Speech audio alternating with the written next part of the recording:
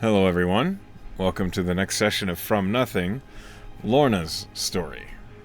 Now, last session ended pretty abruptly because you may have caused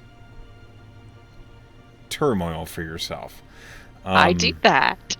The last thing you did was you painted a picture of Malcolm from your memories, and you fell unconscious.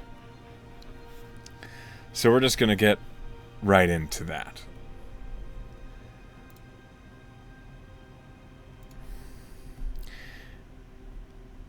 Your world is dark.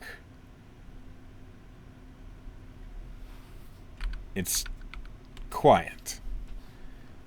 And then slowly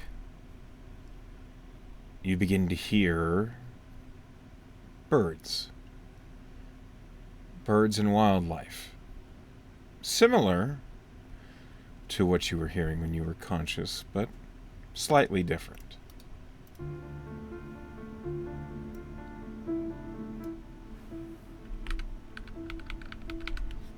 The smell of rich, warm, smoky, burning wood fills your senses. It's one of your favorite smells. Or it was. A cool breeze carries it around you, and you feel as though that smell is in all directions, all at once. You open your eyes as you finish taking a deep breath of the air around you, and the first thing you see is the same kind eyes looking at you. The brilliant sapphire blue eyes that warm you from the very core, every moment they look into yours. The reason Malcolm won your heart in the first place. He stands before you, close enough that your attention could not be anywhere else. His auburn hair, grown long to his back, is tied elegantly into a braid that lays over his left shoulder. Along his hairline and braid are small, yellow flowers, corinthos, his favorite. Your eyes can't help but wander from his face, as he has done his best to decorate himself beautifully for you, for this day. The fine tunic and scarves he wears accentuate the shape of his shoulders, mostly colorful in blues, browns, and purples. "Darling, it's all right," he says softly. You look back to his face, and it is reassuring, hopeful. "Would you like if I go first?" In that moment, you chide yourself. You've led warriors to battle. You've made decisions that shaped the lives of thousands of underlings, and you've done it for decades. So why, in this moment of truth and matters of the heart, do you hesitate? With a flush and a catching of the tongue, you nod. Still, unable to look away from the beautiful man about to speak, you want to, as if guilty. Your hands are in his, and he grips them firmly. He smiles wider and takes a breath. "Adora Lux, it is you who I turn to when my world is darkest. When the clouds blot the suns from my sight, it is you who has always shown me the way. With you I know the strength of heroes. It was in the dark that you found me, and it is in the light now that I will never let you go. Even when all of Anth is burning, the flames can only lick at our feet, because with you I fly. With you I fly. I reach the skies above and escape the dangers below. With you I fly, and even the tallest of shadows and walkers of the night cannot touch us. With you I fly. I fly, and even the ones we've lost are only a breath away. With you I fly, and I can see our beautiful life ahead of us. One where we grow to see the ends of our lives in peace, where we can grow tired of our habits and laugh at our old aches. With you, I fly, and I never want to land again." As he speaks, he turns you, his hand in yours and his other gently pressing into your waist. You see the clearing around you, the white and yellow and purple decorations of flowers and silks draped around the forest. The great stone ring of the Galdring sits behind you, the energies it mysteriously carries, ebbing and flowing from within the archway, silently watching. The small crowd of people, no, the Verdant Circle, Malcolm's people. You see faces you recognize. Nolu, the archdruid, stands nearest the two of you, and a gentle smile sits on her waif-like face. In your hand, you feel the warm metal in Malcolm's, pressed to your palm. And as if slipping out of a reverie, Malcolm's next words bring you back to the moment. "With you I fly, and I want you to soar with me. I want to share this beautiful world, this beautiful life with you. I want to be at your side, and I want you to know that with me, you'll fly. Adora Lux, will you take me, Malcolm Nightingale, as your husband?"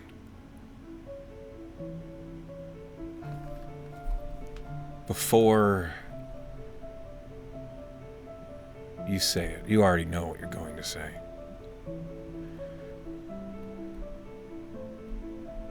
As the yes begins to slip out of your mouth, the dream ends. No.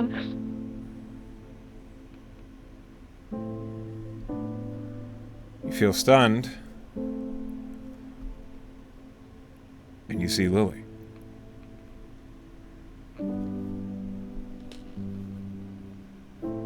Dressed in beautiful blues and reds.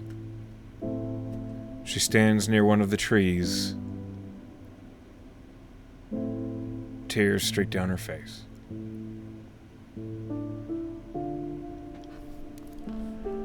She doesn't look up at you, but she clearly knows you're here, as she leans slightly as if to look at you, but can't. You hear the soft whimpers of her cries. No longer the wailing bawls and gasps of a lost woman, now the mournful weeping of someone who's remembered something truly painful they wish they could still remember.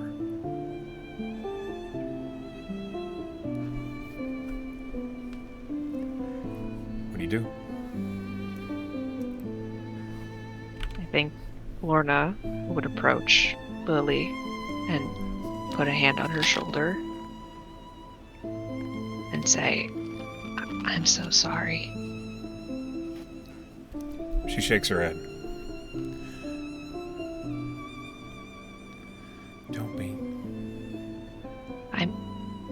I made you remember that. I wanted to. Even though it hurts so much. She nods. She doesn't look at you. She's still facing away from you, clearly trying to maintain some dignity as tears streak down her face, but she's not pulling away from you.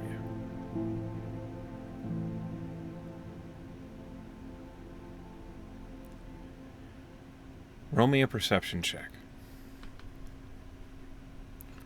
Okay.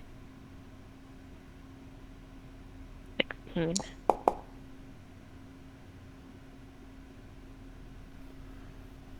You see something new, something that you've never seen before. A ring. A silver and gold ring sits on Lily's wedding finger. It is modest, but you see engraved into the ring is the shape of a bird settled onto a flower. I think at catching that, Lorna would look closely at it and say, This is your wedding band. She glances up to look at her hand that's pressed against the tree where the ring is visible, and you hear her voice catch in a laugh amongst the tears, and she nods. What is this on it? What kind of bird is that? A nightingale. For him. And the flower? She hesitates.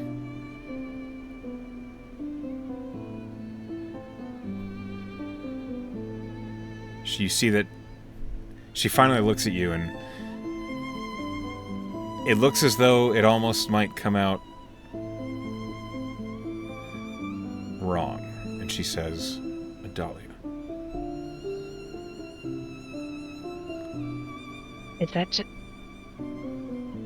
Is that just a coincidence? She shrugs. You don't know. I don't know. I don't know if Remus found something or... Guessed?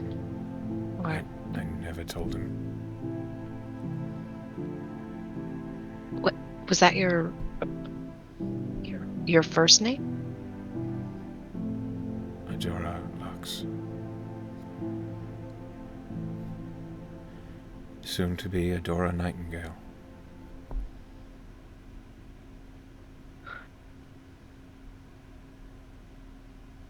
Do you still have I guess you don't know. Your wedding ring. Do you know where it is?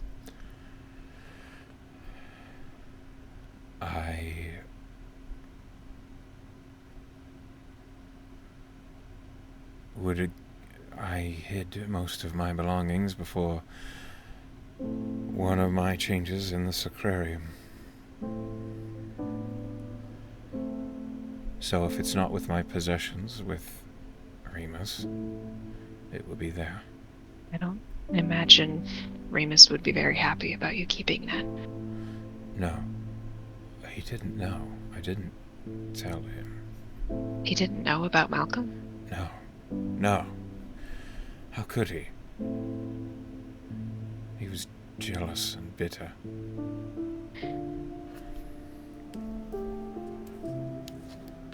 He also... You see Lilly's face suddenly make a connection.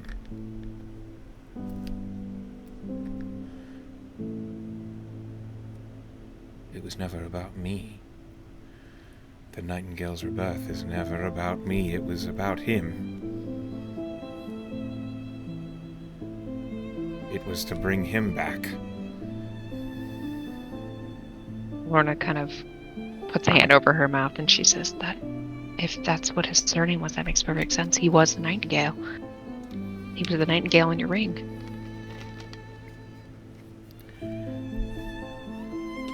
As she's made this correct connection, you see the tears flow even further, and she shakes her head and she says, so why me?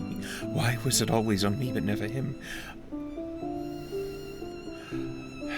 I don't remember, and it never worked. The rebirth never worked. Not for him. Are you saying what you did to maintain your life didn't work for him? I don't remember why. I don't remember how. But yes, that's what I'm saying. So he passed and you couldn't get him back.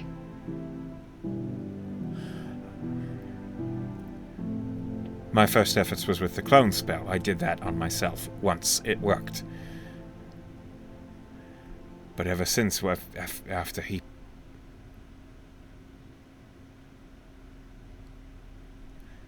was killed, I couldn't live without him. But every arcane guide, every magic book says rebirth doesn't work without divinity. But he did it for me, using nature.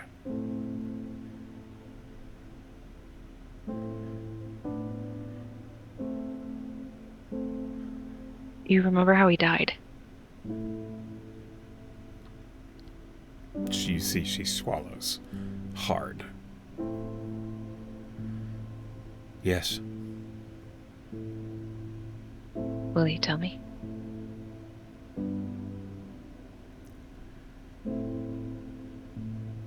You've seen it. Well, you saw what did it. You didn't see when it happened. A Nightwalker drained his life right in front of me. Was it the same Nightwalker? Yes. I see.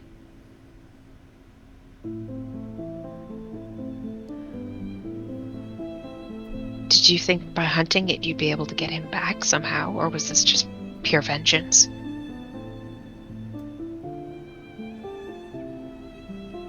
What do you know of Nightwalkers?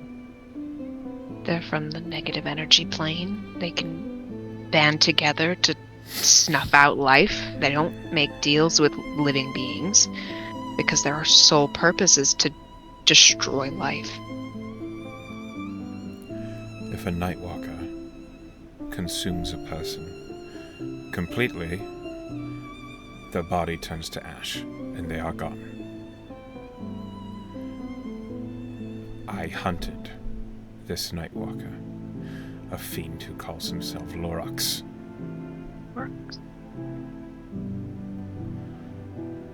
In hopes that I might find the energies of Malcolm within it.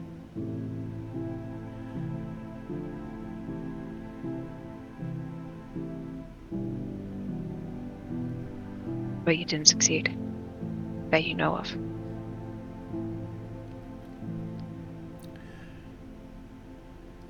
Lorax never fell to me. But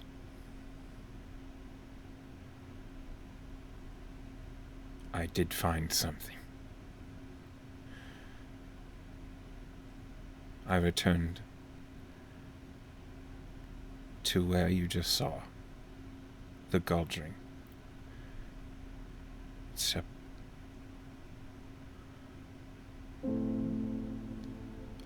you, Lorna, can roll a history check. Because it's possible you know what the Guldring is. This is a very poetic natural one.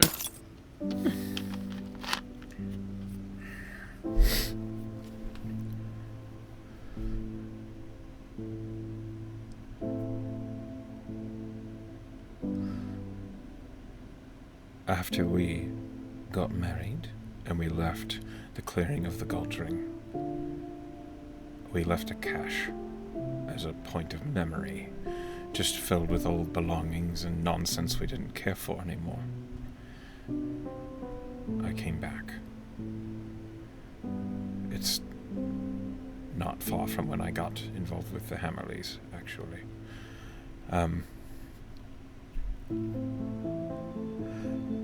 Within that cache was his old tunic, and on that old tunic were 4 hairs.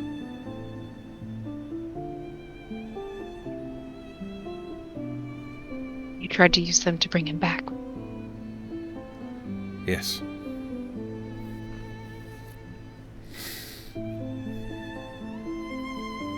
But it didn't work. No. Because of the lack of the divine at the time? Is that what you think? I don't know. I have to assume the spell was complete. It should have worked. Maybe I didn't have enough energy. Maybe I didn't. Maybe I wasn't strong enough. Or maybe it was simply too long.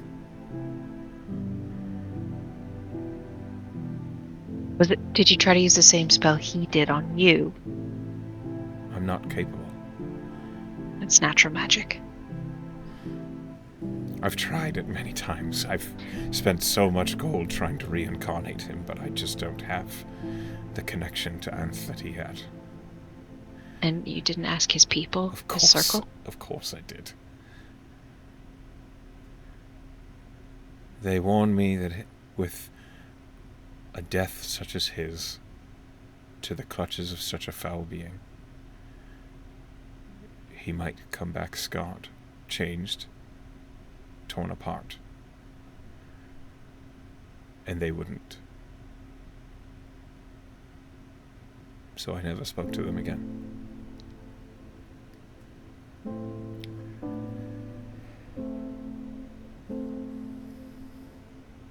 You...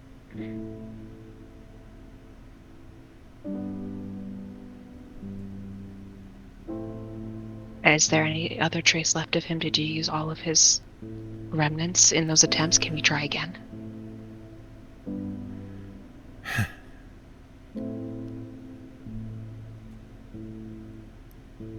You don't know how much I wish. But I don't know.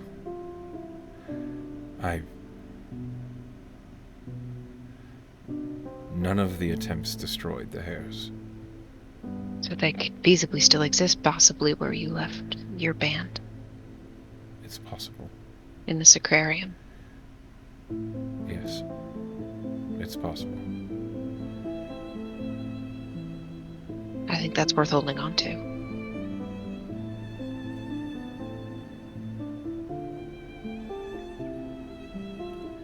She wipes her face, and she turns and looks at you.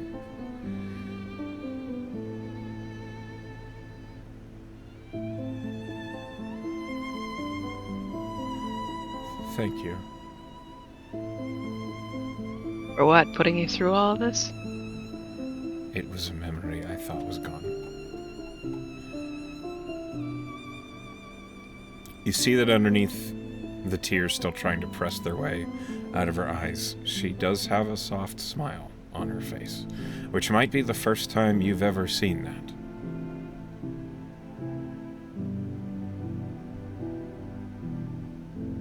He's not gone as long as we remember him. At the very least.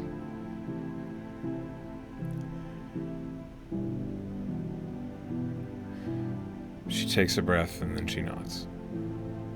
And before you can say anything else, she pulls you into a hug. Oh, no. She hugs her back, for sure. You're about the same height, so it's not an awkward hug. Like a twin hug, basically. Except she has long hair and I have short hair. I'm missing a hand. Yes.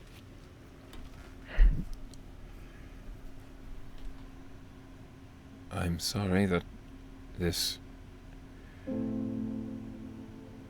knocked you out.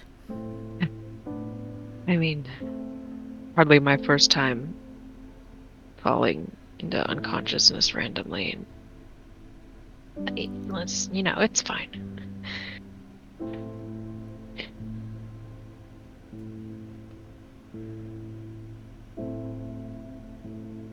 Anscombe seems like a nice man. Yeah, he does. He seems very won over by you.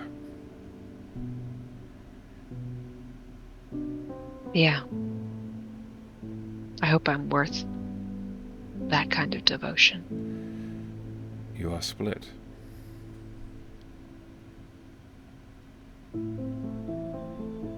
Yes. Why? I know Why? why, but I'd like you to tell me. She looks at Lily. I feel like I'm looking back when I should be looking forward.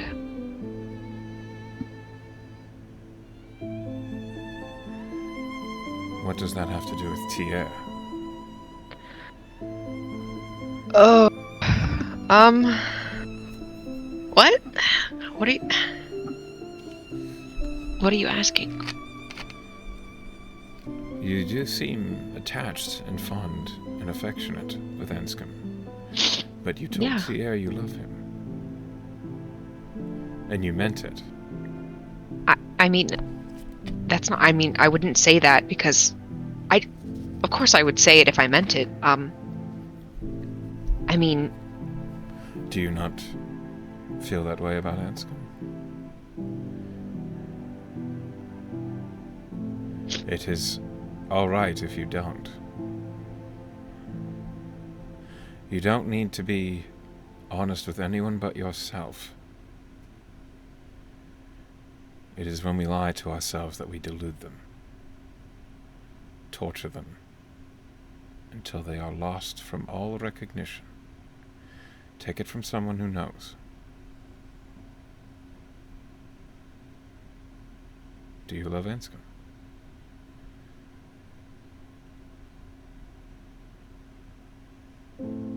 I don't know.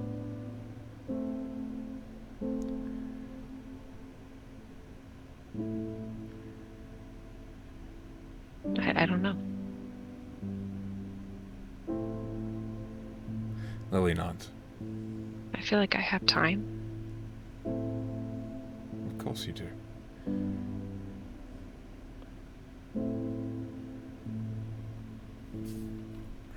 I don't know if this is wrong to say, but I share some of your feelings. You grasped that, right?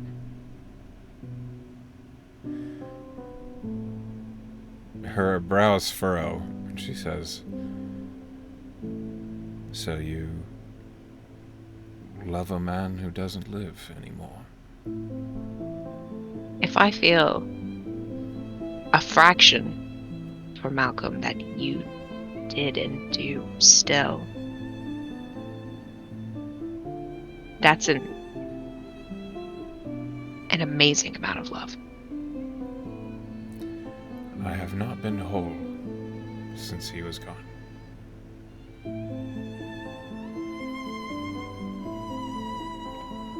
I'm worried I'm getting you and me. Like the lines are blurring a little bit.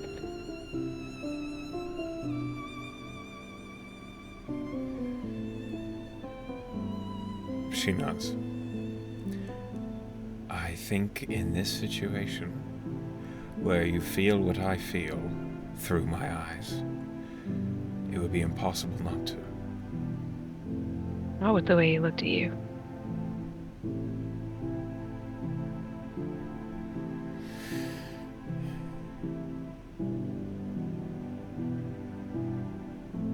She seems lost in that memory for a long moment.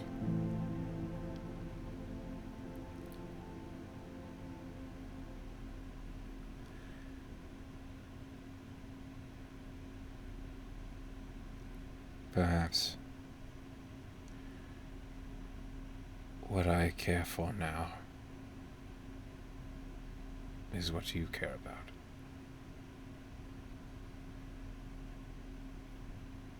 Maybe. What my memories were, the life that I had. It's gone now. Everything's changed.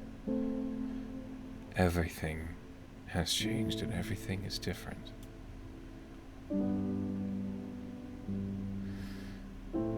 Now, should someone pass away, there are dozens of gods that can speak out and bring them back into the fold if they wish.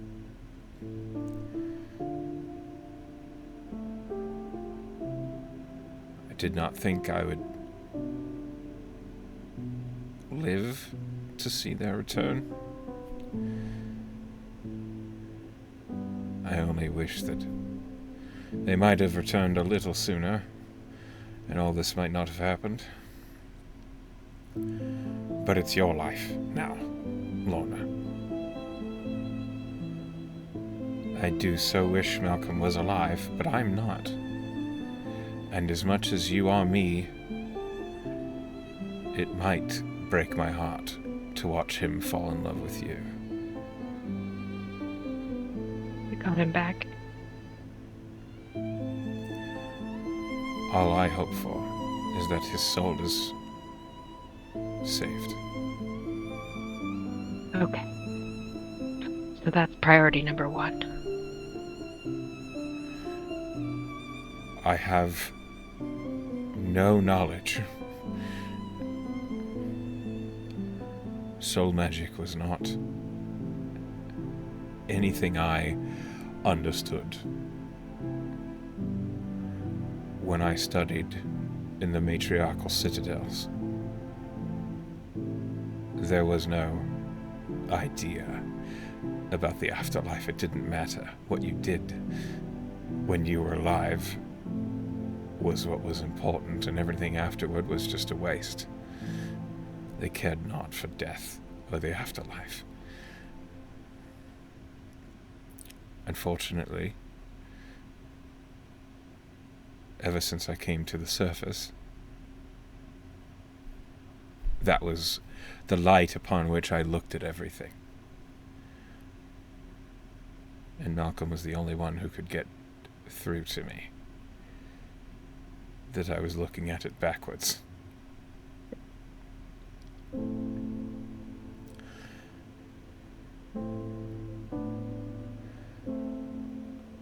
So that raises a question. Not about me, but what are you going to do? How far in the future are we looking? When you ask me this. I don't know how long you're going to be unconscious for, so... Right. Hopefully I'll wake up soon. But as far as things go, I'm gonna find your Sicarian. We'll go from there.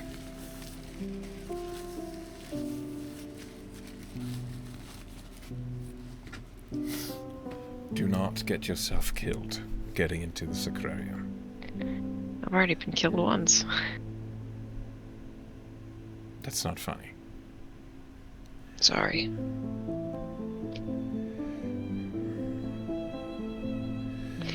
I don't know if you know this, but death hurts. Yes. I've been recently made aware of that fact. If it was a death I was responsible for with my security keepings, I don't think I could... Well, I wouldn't live with myself. But I care for you, and I don't want you to suffer any... I don't want you to suffer. That's the end of the sentence. I feel the same way. Which is why I'm sorry about this. It is the grave that I've dug. Morbid. But true. Yes. Alright. I'll wake up, finish this mission, work my way up to the Sacrarium. At some point, try to reach out to Tysus, maybe find the state of Malcolm's soul. We'll go from there.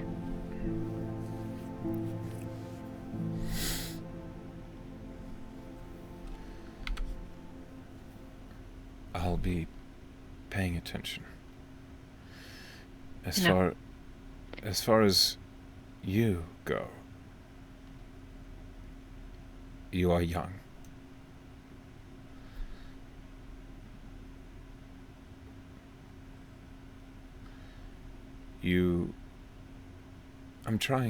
Okay, let me ask you this. It's the last thing I'll ask you on the subject. Between Tiar and Anscombe. Oh, boy. Yeah. Which one do you trust? I trust both of them. No.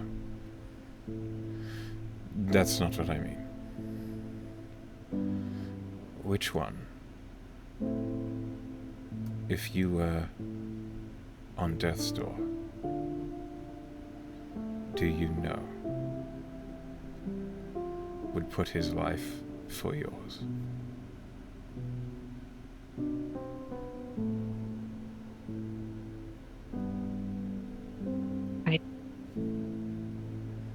I can't see either one of them not. I feel like I can't. This isn't something I can... You don't have to answer now. And you don't even have to answer me. But you need to answer that for yourself. Lorna just swallows hard and nods. I've been trying to put my life for Malcolm's for centuries. That was taken away from me.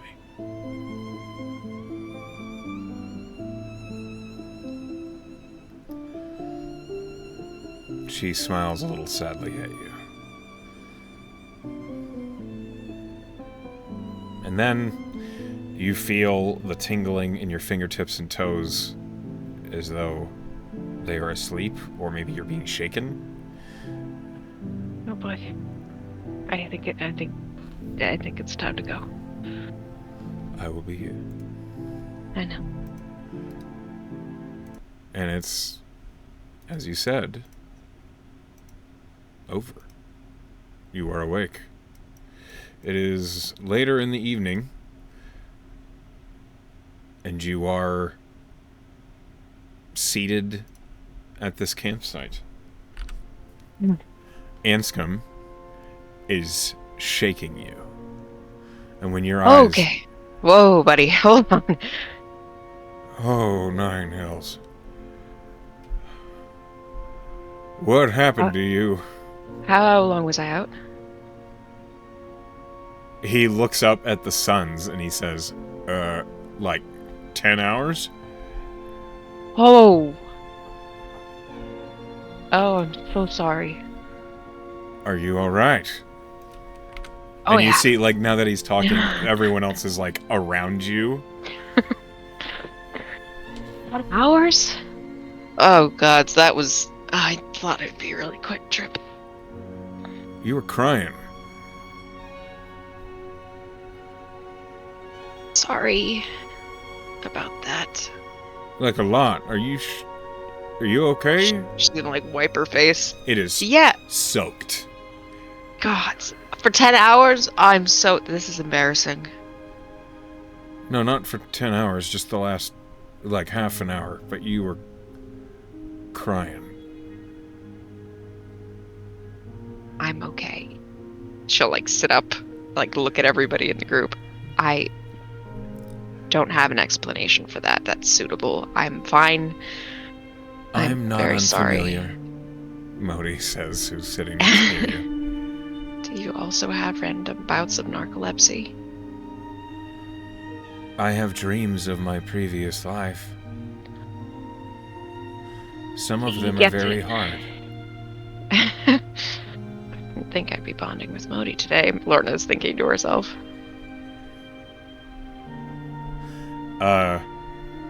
Anscombe, like, pulls out a handkerchief and he's like, I wish we'd have learned Presty. And he's, like, trying to help brush off your hair.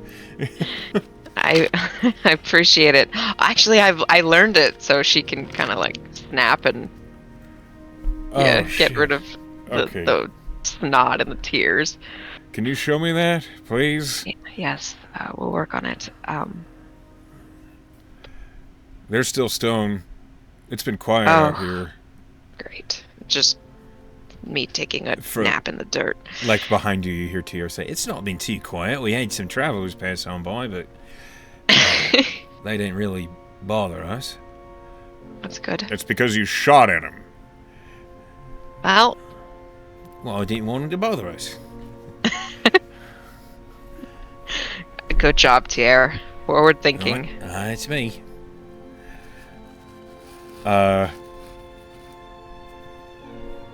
You see next to you, Skolna is, like, looks concerned, but is just quietly watching. Okay. She kind of, like, head nods and then raises an eyebrow. Yeah, well, we'll talk about it later. Any signs in the forest? Any stone dragons? She shakes her head. Well, I hope it doesn't come back. I hope the rest of this evening is just nice. We're guessing it was probably a young one. Okay. We're guessing it's probably a young one that ate its fill and then pissed off back home. Just overindulged in some collateral damage. Yeah, I think. That's my guess. Well, best case scenario. One moment. As you kind of get your bearings in the clearing, you can't help but get that headachy feel after a lot of crying. Too much crying. She just chugs water. Yeah. Like, the Presty cleaned up her face, but her eyes are like bloodshot. Yeah. What time of day does it seem like? It's Evening? like 6 in the evening now. You basically I slept all afternoon. Yeah. You don't feel any signs of exposure or anything like that, so it's clear that they took care of you. They didn't just leave me out in the sun. No. Am I in a different place than where I was when I passed out? Yeah, they moved you underneath the canopy of the trees, and you were laying on a towel. Where's her drawing? Her painting? Do you look for it? Yeah. It was on, so you look around. It, along with the rest of your belongings, are just in the dirt next to the tree that you were near. She would take up that painting and give it one last look over before tucking in her bag. Whether it was on purpose or subconsciously, you see that there are a few small yellow flowers in the hair, in the painting. Oh my god.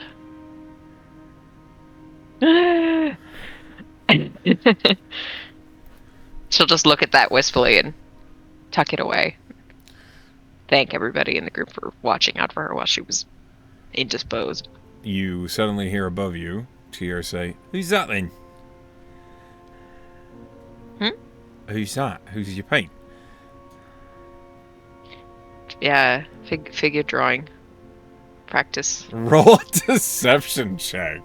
I'm actually really good at deception. Well, good thing Tier's really good at insight. 26? You met him. Meets it, beats it? So wait, who beats it? He meets it. So does he beats it? He does. He beats it. I will say on a 26, it's so good.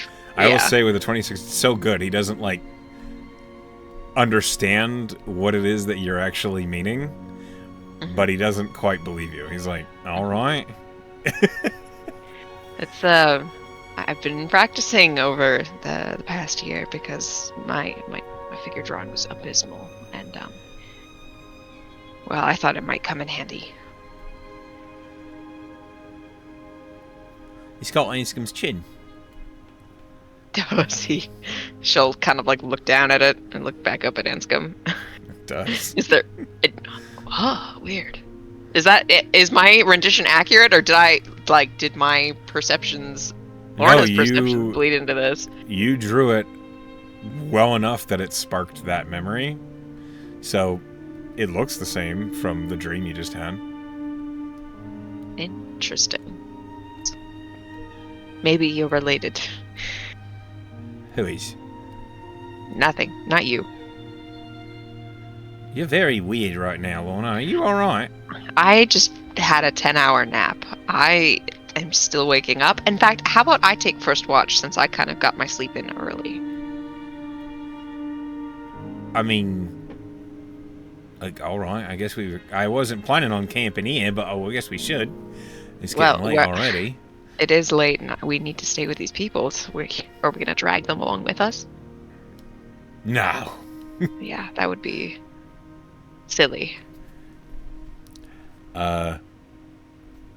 He says, "Alright." And he just he goes back to looking out in the forest. Mm-hmm. So what do you do at the moment?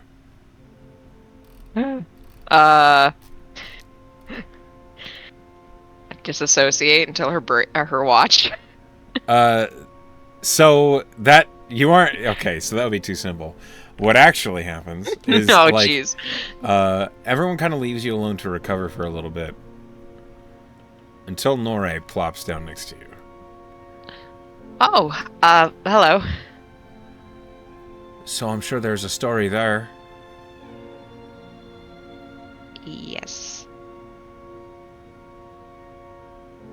Oh, are you asking for it? Yeah, I mean, unless you want me to poke it out of you. No, well, No, your pokes are very sharp, generally speaking. Mm-hmm.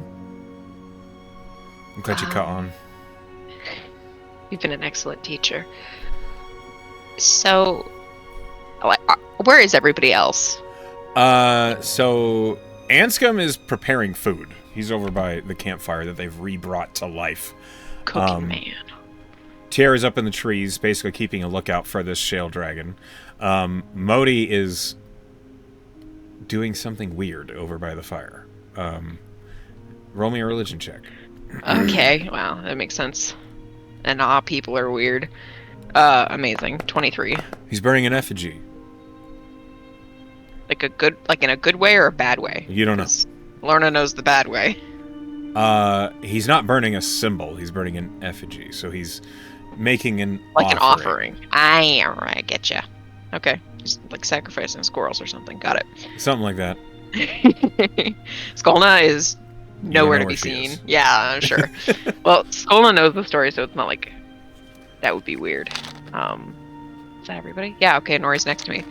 She would look back at Nori and kind of like thump her head against the tree she's leaning against and say, you remember a few weeks ago when I asked you for help? Mm-hmm. And I gave you some information about me, but Anscombe was there and he was like, yeah, maybe hold back a little bit because it can be a lot all at once if I front load it. Mm-hmm. So the things that I didn't add onto that whole thing about my dad and God. So you remember how I told you that my dad is kind of clingy? Yeah. Yeah. Because I look a lot like my mom. You did mention that, aye. Yeah. So the weird thing about that, the thing that makes this a little complicated, is that in a manner of speaking, I technically am my mom. What?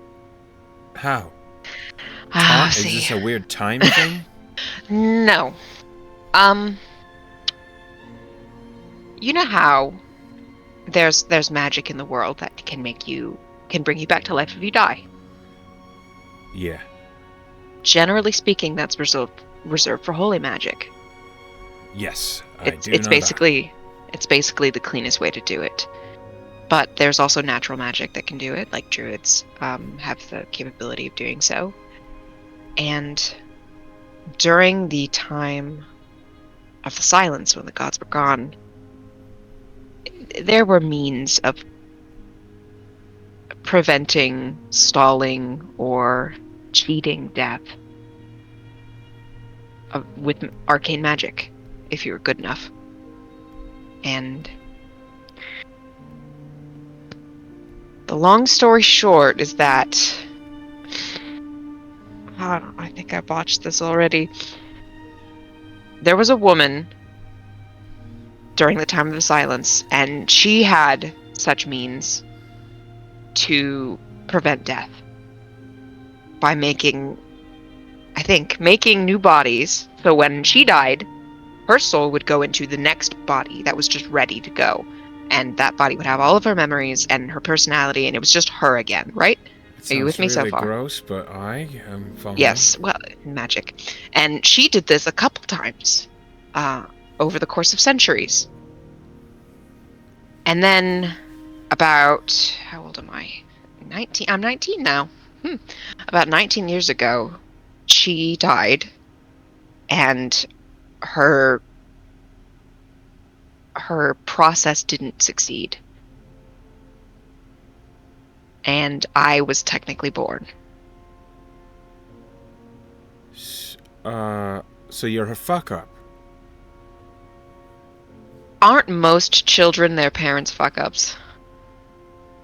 Except I wasn't born, I was created. So there was no... And Nori does like the finger... I guess not. Well, I'm sure. So, that woman, let's call her Lilly for all intents and purposes, because she's had a couple names. That woman was married to a man at that time of her death, the most recent one. And the fuck up, me, happened, and Lilly didn't come back. But the man she married had it in his head, because he'd never seen this done before, I think, that it just worked weirdly, and that I was still her, and he was just like, oh, okay, I'll just raise her until she's old enough. And that's... Now you're kind of back to square one. That was my dad. But you're not her. No. But he doesn't believe that, accept that, understand that, all of the above.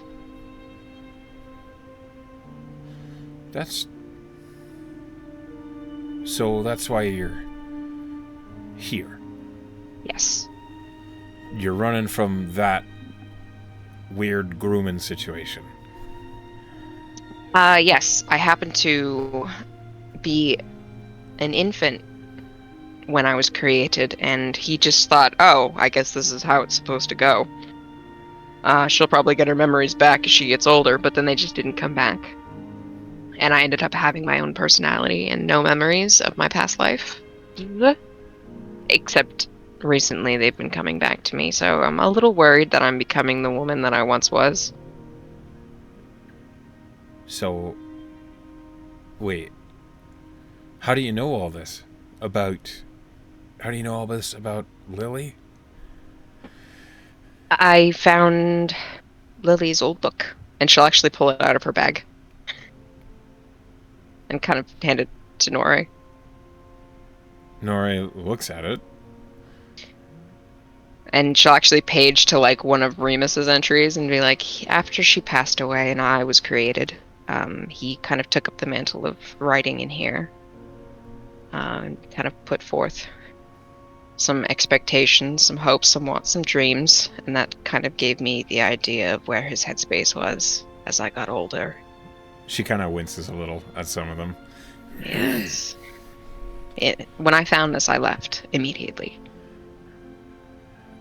I think you are right, too. Yeah. It's a little intense. What's his name? The one he told me, or the one that he was legally born as? Or both? Both? To everybody else in Ceres, where I'm from, his name is Balin Cross. But he came from Kindinos, and his name there was Remus Majer. You see Nori nods. Majer. You know the name? Aye. Shipments came to Redoubt all the time from Majer. Stamped on the side from the port. Yeah, I knew he was a nobleman in Kindinos. He and Lilly left Kindinos. Sorry, Lilly never left, I guess. She died. He left Kindinos with me and brought me up in Ceres under the guise of being a nobleman, widower, dead wife, infant child. That's a fucked up tale. Can you see why I didn't tell it all at once? Yeah, I can see why. Because I told Anscombe all at once, and he almost stopped talking to me completely. I don't really blame him. I don't either.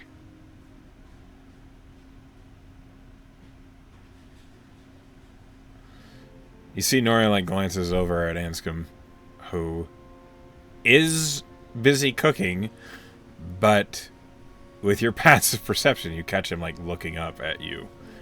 Is he listening? You're too far away to hear.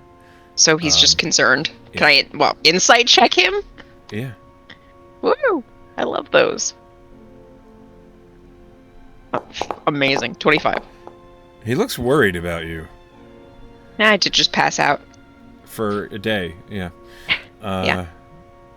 And I wasn't even turned to stone. No. Nore says, alright, so does this Are you gonna pass out like that often? Normally, if I gain memories back, it's usually when I'm sleeping. I guess in this case I was sleeping, but it's usually when I go to sleep of my own volition.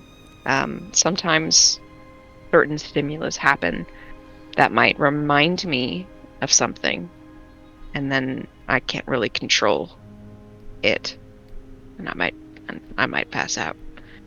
Hopefully not during inconvenient times, like in the middle of a fight. Yeah, I hope not. It's never happened that way. Okay. Just in dreams. Well, I'll just say I hope it doesn't happen like that in the future. Do you know, is there a way to quickly pull you out of it, or like magic or something? I have no idea. I think it's kind of when Lily's done with me. So she's in there, and she taps her head. Yes. So she is and isn't me. The jury's still out on who I actually am. Was she a bad person? I don't think so. You might be a little biased. To be fair, I thought she was when I first found out about her. And then I got to know her, and I like her, so I hope... It's weird to say I hope you like her too. I'm never gonna meet her, am I? That's not how this works. She's never, like, taken the helm from me. Can she? I don't know. I don't think she wants to. I think she's pretty satisfied with letting me be my own person. What if she suddenly decides she's not?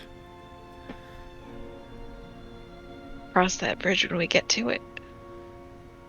If I have to whack you on the head because the friend you have carrying around in your head decides to take over, at least let me know what sort of person she is.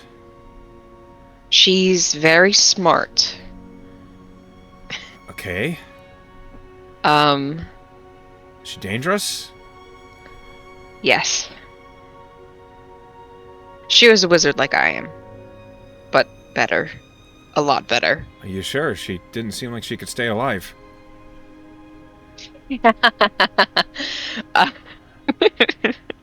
To be fair, most people die like once in a lifetime, right? That makes sense? Typically, aye. Most people's lifetimes are 100 years. We're averaging, we're not counting like elves, right? For folk like... Well, I can't say you and me. For folk like me, where it's just a human, 50 years is good. 50? Oh no. Okay. Okay, well, let's She, like, squints her eyes at you, like, that's not news, Lorna. It is to me. So, alright. Sorry, let's make it like 100 just to simplify things. Sure. So, most people in the span of 100 years will die once, right? Okay. Typically. Lilly is about 1,000 years old. You have 1,000-year-old wizard in your head. Yes. And she's on so your that gives side. her, I think so. That gives her a kind of like a grace number of 9 to 10 deaths as reasonable. I guess. And so far I've found, hold on. Adora Lux. Adora Nightingale. Carolina Talahand. Palernolismus. Atlantis Majer. Me. 5. I only have 5 names. So, she's actually averaging on the lower end of deaths for her age. Okay, I have a bigger question. You have 1,000-year-old wizard in your head. You're still on that. How have you ever had a problem answering any questions ever about magic? Because half the time she doesn't remember either.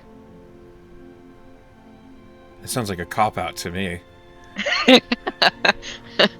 Like, I don't have all of the answers. She remembers things. And to be fair, like, she's not, as we said, she's not in the helm, so she's not seeing things on like a one-to-one that I am. So she's in the dark. She's just in your backpack, basically. It's like a forest, really. What? I don't know, maybe if I crafted this space, or maybe it means something to me, but there's like, when I fall asleep, there's like a little forest, and we just kind of talk there. And she's there all the time. Yes. She chooses to ignore me sometimes. To be fair, I might too. Well, she's tired. You can imagine that 1,000 years is a long time to be conscious. Yeah. So usually she's just sleeping. The only people I know of that are that old are archdruids and Raylar. Yeah. And maybe some elven elders from KO. Lorna, like, briefly toys with the thought of, like, saying, well, she was a dark elf at one point, but, like, that's pieces. She does not say that to Norre. Okay. And she just says, the thing is, I look just like her because I technically am her. Like genetically exact copy. Okay. Except she has long hair in my memories. And she's older, obviously. Just a little bit. I mean, that long has to take a toll on you. Well, so she died, but I believe the copies were like peak performance, you know? Like, why would you inhabit another body and have that be old if you died of, like, old age, you know? Sure. I get what you're saying. I'm concerned still, but I get what you're saying. Right, so I don't have the capability she does. I can't make copies like she did to maintain my life. I have a copy of the spell here, but I have no idea how to read it because I am 19 years old. Can I see it? Yeah. She'll pass over the clone spell page that made Lorna. This is basically like a birth certificate for me. Hold on. Lorna knows how to read it. She's proficient in Arcana, but that'd be so cool. It's so beyond. Let me roll. She natural 20? No. Aw. She looks at it and she kind of tilts her head. And she pulls the bone flute from her belt. And she just begins to play. Kind of quietly. But as she plays, there's definitely a almost circular melody to it that keeps going up and down, and then down and up, and all the way back and around. And there is a real tune to it. The air begins to grow thick and heavy around you, and the smell of ozone is unmistakable. The smell of electricity and magic in the air.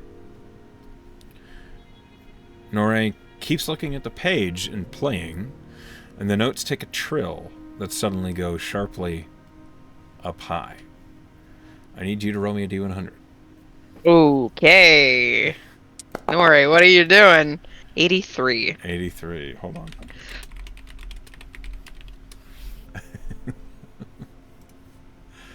'83.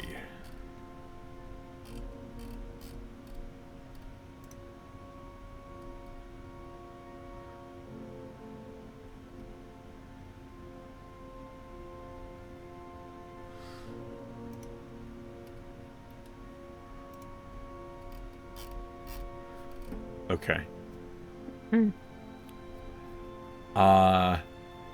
Roll me a wisdom save. Okay. 15? You turn into a giant rabbit. What?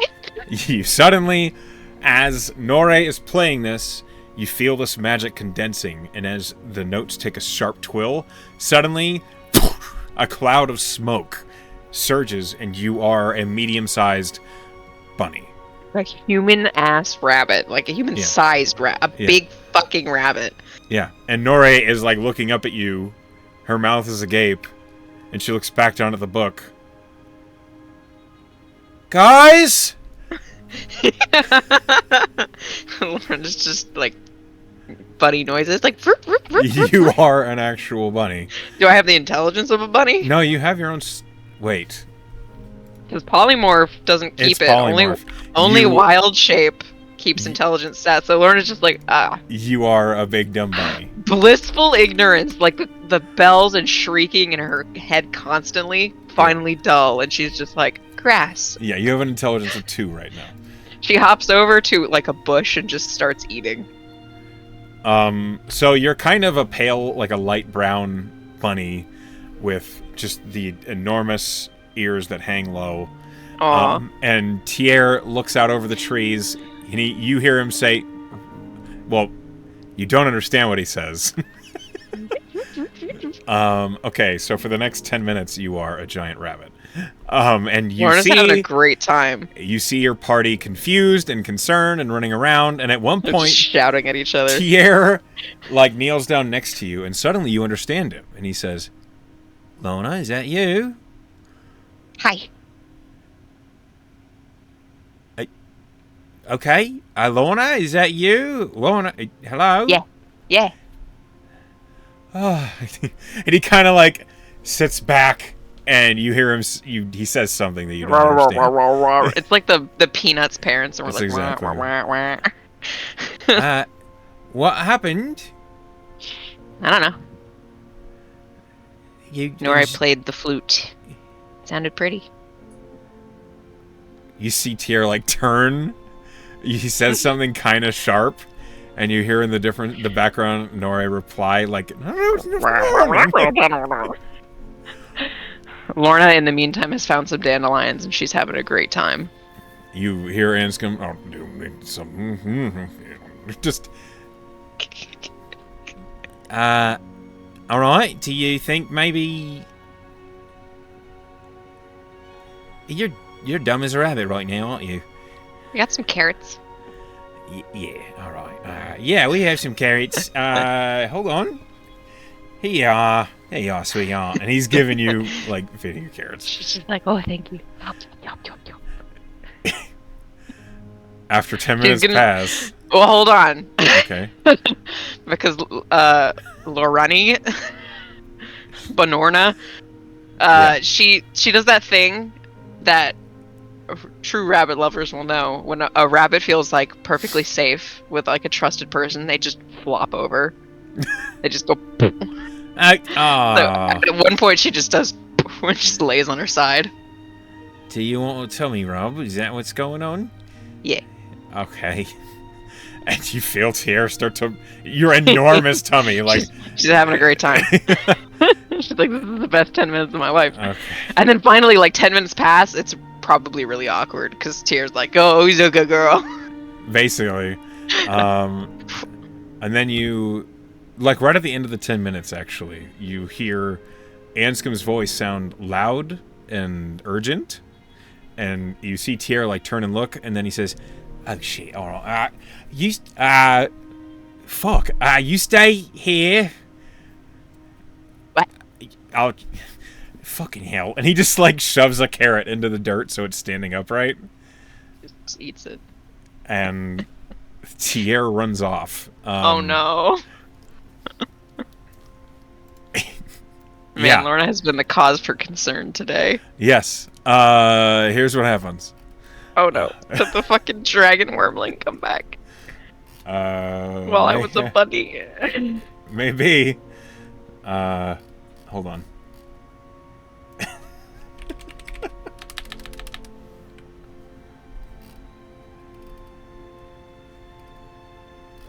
Okay.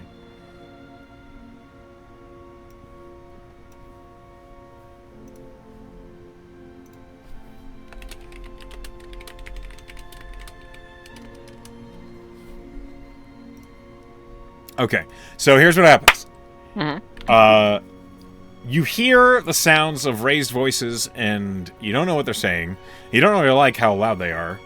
And then, as you're, like, gnawing on this carrot, you turn back into Lorna. Heath just wrapped around this carrot.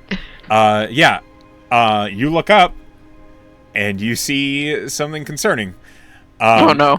Around the campsite, you see a young shale-colored dragon is scratching and clawing at Anscombe.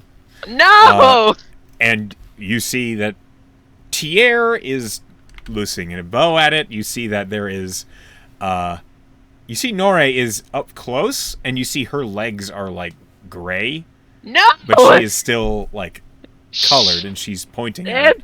And you suddenly hear everything that's happening. Yeah! Oh my god, this is the worst time to turn into a bunny. It was.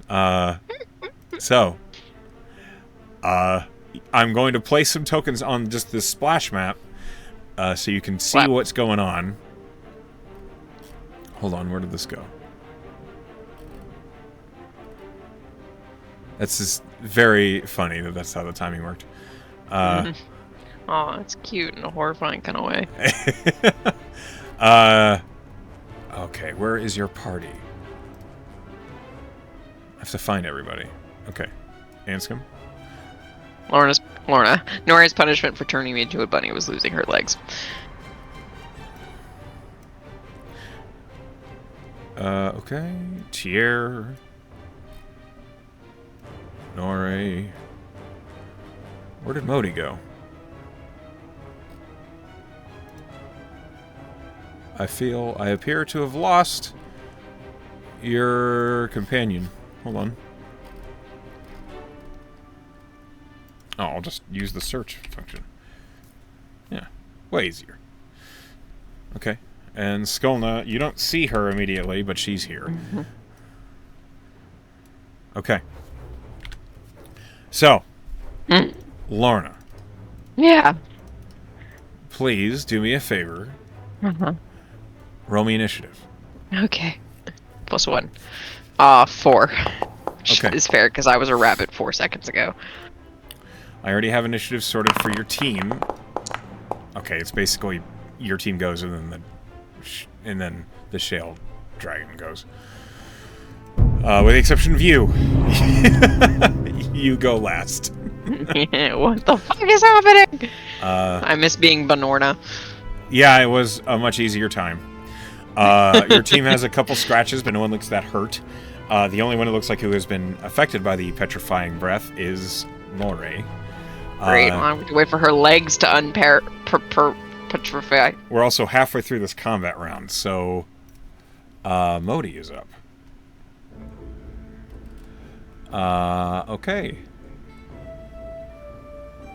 Modi raises his holy symbol, and you hear him say, "Our Lady commands," and a fireball explodes. Fireball, hell yeah.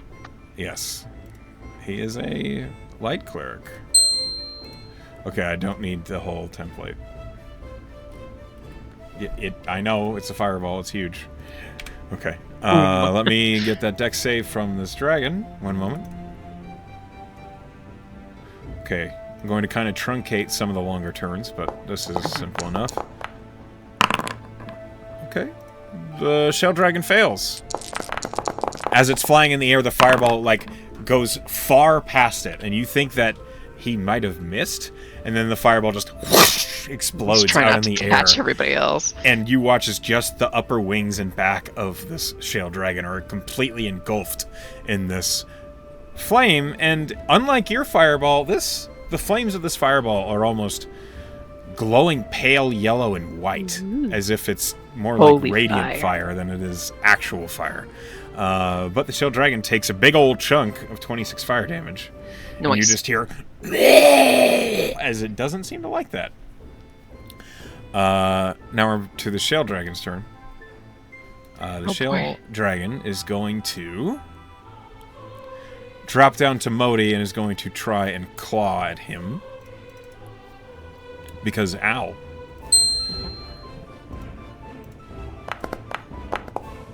The first attack hits. The second attack hits. So Modi takes... Ow. Modi takes 16 points of piercing damage from those two attacks. Modi's doing okay. He's not great, but he's okay. He's not half yet. Alright. Lorna. The shield dragon has just disengaged from Modi and flies up and is maybe 20 feet above all of you. What do you do? Sakharin, did he ever get his beads back? Yeah. Okay, good. So she's gonna, seeing what Modi did, she's like, okay, if he thinks that's the right move, she's gonna take a bead off. Okay. And she's gonna look at Modi and then look at the shale dragon and say, as his lady commands, and throws it. Okay. In the same manner that he did in such a way to gauge that it hits the dragon and not, like, her friends. Okay. Roll me an even 100. Oh, they're still stale? Damn, I used them all, though. 11. Shit. I turn into another rabbit. No, you don't. That would something be so else funny happens. Let's see here.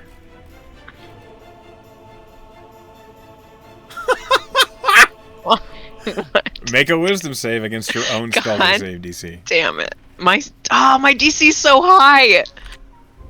Because of my stupid book. Yep. Oh, I fail. 14.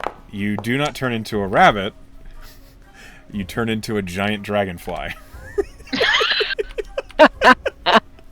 What is happening? So you suddenly, you throw it, and as this fireball, you suddenly into just this. Is it big? It's small-sized. It's just a standard dragonfly. No. So a dragonfly is minute. Okay, so it's I'm a giant size? dragonfly, so you are small size. You're like the size of a flying halfling. That's terrifying. Yeah. Lorna's going through it today. Yep. But does my fireball go off? Oh, yeah. I have to make a dex save. Hold on. Is it my DC or? 15. DC's 15. Okay. It rolled a 7. Roll damage, Great. please. 8d6. 8d6.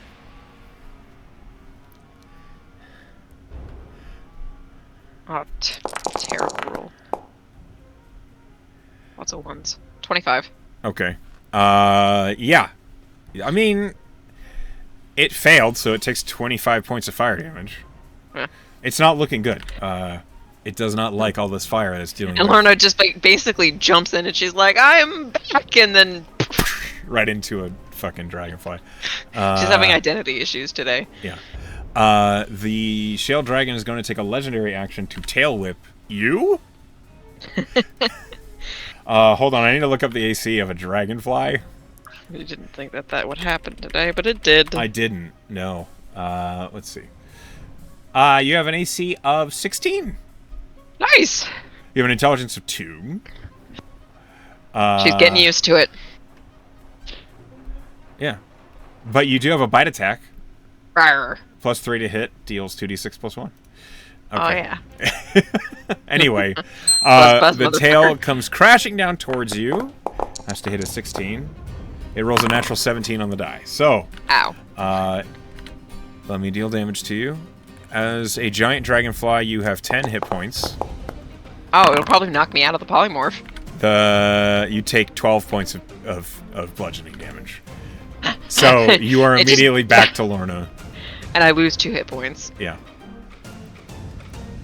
That was my sandwich temp. So she basically just gets bitch slapped by this tail and then back into Lorna. Roll me a dexterity save to see if you land. What's happening? Oh, fuck. Lorna, what the fuck was that? Oh, no. I rolled a 13. Okay, you land on your feet. Barely. It's not stable, but you are upright. Okay. Okay. Anscombe's going to throw a javelin at this flying creature.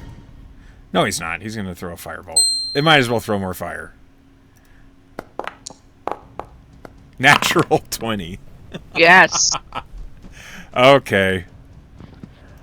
The firebolt slams into the side of this shale dragon's head, and You watch as it's just reeling. It like spins in the air, and you hear from the to the as it's like whimpering in the air, and like it's like lopsided as it's trying to get its bearings. Okay. Next, Tyr. He's gonna loose an arrow.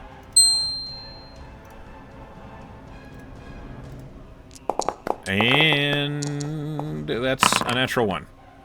Aw, buddy. Arrow goes off into the distance. And you hear Tyr saying, "Oh, that was one of my good arrows."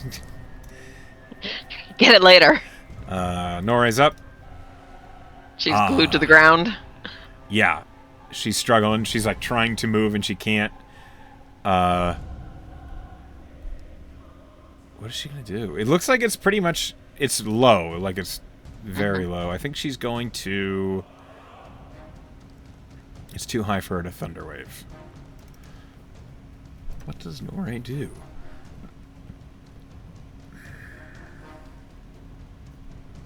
Okay. She will whip out real quick and draw her own bow and just loose an arrow towards it. Hold on.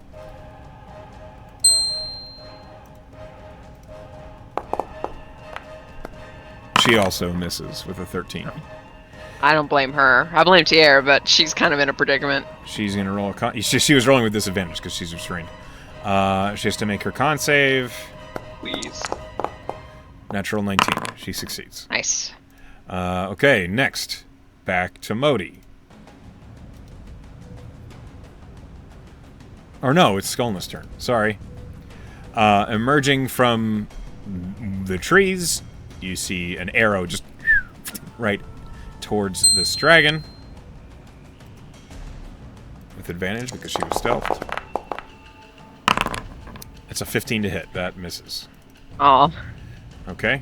Revealing herself, Skullna's going to dip away and try and find another place to hide. Meanwhile, Modi, who's a little bit hurt,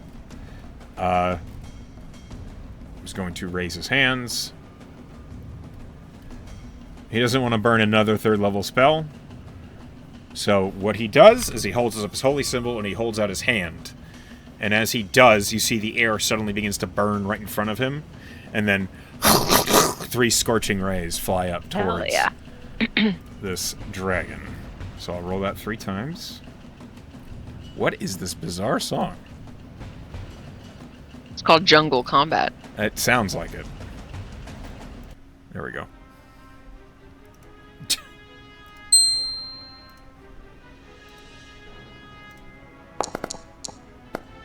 Okay, the first Scorching Ray hit is a natural 20. Nice. The second Scorching Ray is a miss. The third Scorching Ray is a miss. So 1 natural 20. 21 points of fire damage. Fuck him up. The Shale Dragon looks like it's barely in the air. Oh. Like it's about to fall, and it's your turn, Lorna. Bruh. Hell yeah. Hold on. Oh, wait, no, I'm sorry. It's the Shale Dragon's turn. Aw, sad face. Sorry, didn't mean to do that to you. It's going to flee. No! How far does it get? 120 feet, so from you, 100 feet. I can still hit it with Chill Touch. Give it a shot. I'm gonna. 23 to hit. You hit. Yes. Come on. Roll damage. 13. You hear it Does it? fall into the treetops. And as soon as it falls, you see Noray suddenly, her legs return to color as the petrification falls away. As do... Does it work on the other? Yes. Oh, shit! Suddenly, the strangers that you saved, they turn back to color. And they seem very confused. Oh, hi. Hello? Nice of you to join us. All right, what was that all about? And you hear the dwarf is like standing up. Where the fuck did that creature go? Oh, we Where the killed fuck it. are we? Who are you? And he, like, raises the crossbow. Oh, whoa, hey, hold on. We found you this morning. Shit. How, this morning? Yeah, so we gathered you up, watched over you, and assumed that the petrification would wear off. But Where's Sophie? Oh. Oh, don't tell me the beast got her. She just kind of shuffles in the dirt. Well, We buried her, and we were reserving the funeral rites for when you both came to, if you wanted to participate. yeah, of course we want to. And, like, the human traveler is, like, approaching, and he says, "Where'd you bury her?" She'll look at the other two, rather the rest of her group, because I don't remember. Modi, like, bows, and he says, "She is buried with respect on the far side of the clearing." All right. You're a little off-putting. This whole situation is off-putting. Let's just Sorry, this is all just a bit of a shock. slow down. I know the last moments you remembered were in the middle of combat, but you're fine. We had just settled in for the night. Yeah. Well, we found you in the morning, and it's night again. All right. Well, thank you for slaying the beast. The dwarf, like, is looking at his partner, and he says, "Some final respects for Sophie would definitely be right. So, Yeah, of course.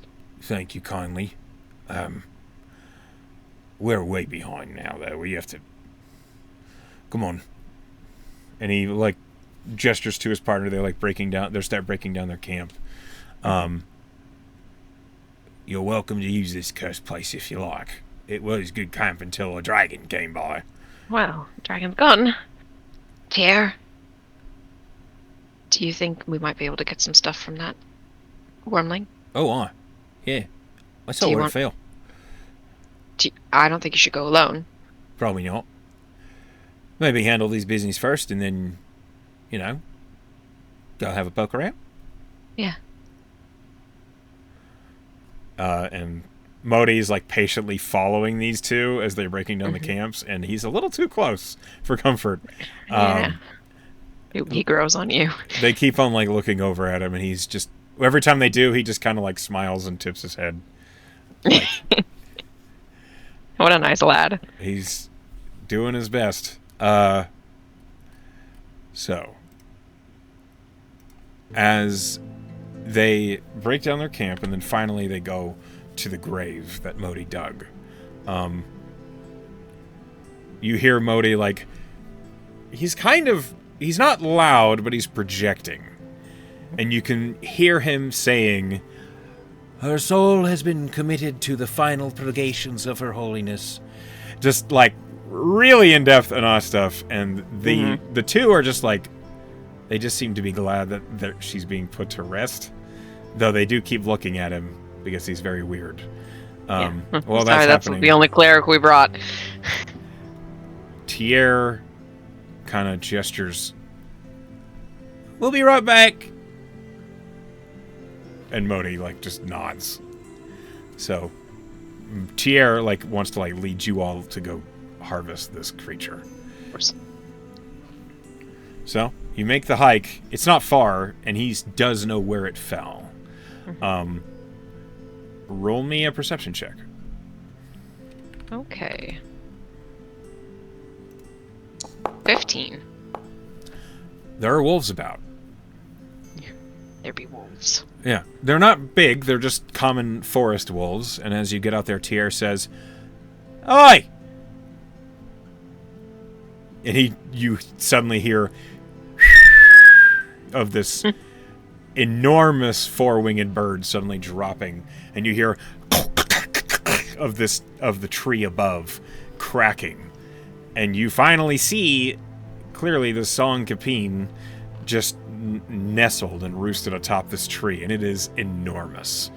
And it just looks down with eyes that are huge, staring down at the wolves, and just it opens its beak, and it makes a noise that you can't hear.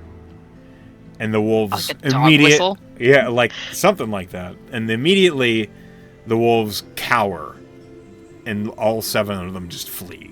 I would too. Fuck, that's Tyr a looks scary up, bird. Yeah, Tyr looks up and says, "That's a good girl. All right." You go. Lorna was privately thinking, I should have just got him like a parakeet. He makes his way to the fallen shale dragon, where it's mostly burnt. Yeah, sorry about that. He just kind of looks at it and he says, "Well, the wing leather's not going to be worth anything. But that's all right.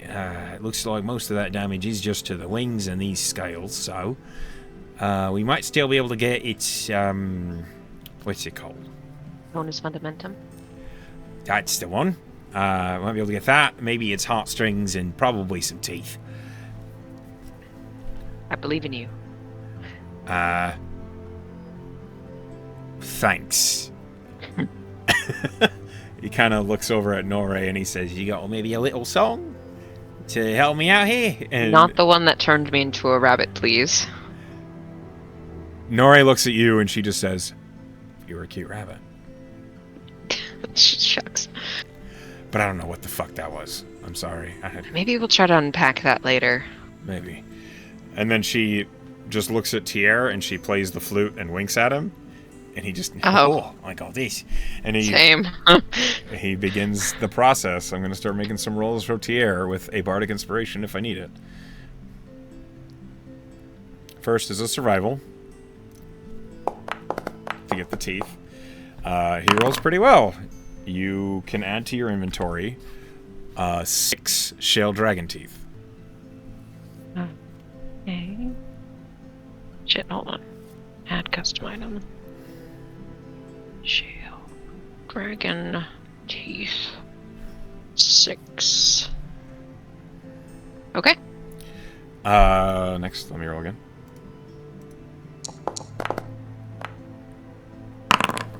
He manages to salvage about 80 pounds of shale dragon scales. Scales?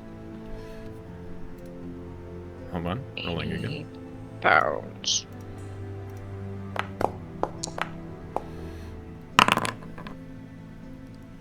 All right.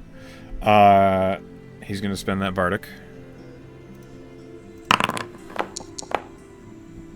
Okay, you managed to collect 1 shell dragon vocal cord. Ooh. And now for the hard one. He looks at Norre again and he says, "All right, I really gotta get in there deep this time. So if I mess up, I'll probably turn to stone for a day. Oh. It'll be fine. It'll be fine. Maybe. Just maybe." Hugely inconvenient to the group, though, so don't be selfish. "You want me to get this or not?" That was my inspiration. Wow, eat shit. All right. There's a reason I'm not a bard. It sure is. Okay. And he looks at Norre, and Norre just shrugs and plays some more music. He will try and get the Draconis Fundamentum.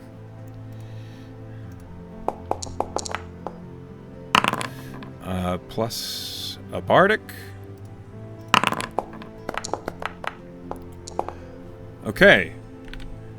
You can add to your inventory a fragile shale dragon fundamentum. Would I have an inspiration? You could re-roll that. Okay. I can if you want me to. Yeah. Okay. You rolled a little better. Or you roll the bardic.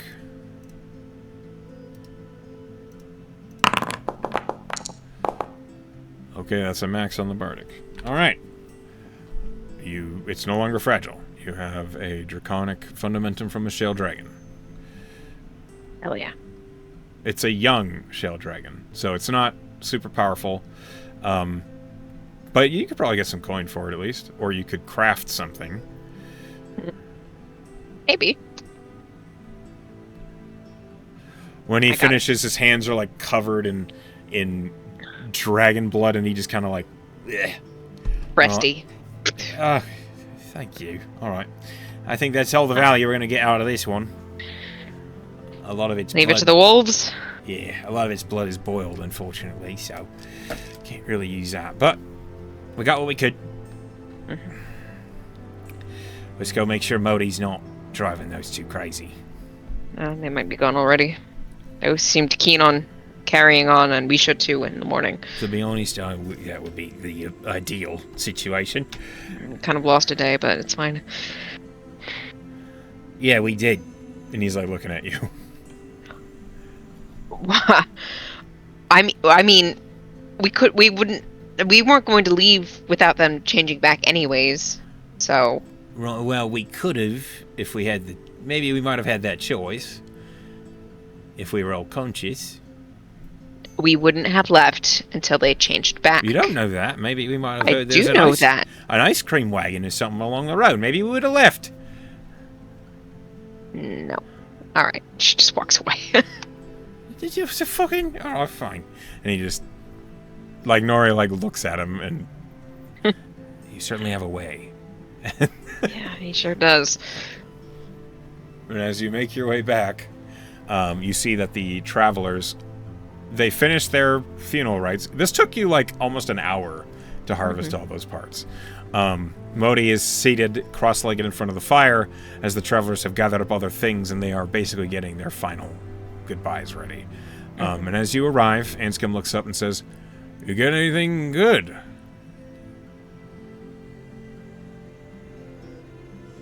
Yeah. Wait, who is asking? You. Oh shit! Sorry, I thought you said Anscombe. Yeah. Oh, Anscombe did he not didn't come go with us? you, no. It was me, Nora, and Tier? Yes. I didn't realize that. Anscombe Sorry. and Skolna stayed at the camp to make sure nothing bad happened. Sorry. Yeah, she goes over what they did find, and she will offer... I think she will offer a dragon tooth to both of them to be like... I know it doesn't make up for the loss of your friend, but... You might as well know that the bastard's in the ground. It does help. Maybe I can make this into a dagger. And he takes the tooth from you. It's all yours. We thank you for your kindness. Of course. It's not every day you wake up to find out that you've been almost eaten. I hope you never have to experience this again. And, we're Marigard contractors, so spread the word. Everyone knows the Marigard. Sure, but we're also nice as well as capable. Right, we'll tell everyone. And farewell, all of you. And the two of them make their way back towards the road. After they're gone, Modi, looks over at you. That was a kindness. I mean, you're the one who put their friend to rest. I couldn't do that. You are right. I know. And as you settle in for another night out on the road, that's where we're going to stop today's session. Gotcha. We went nowhere. You went nowhere. You kind of did that to yourself. Sure did. All right. So.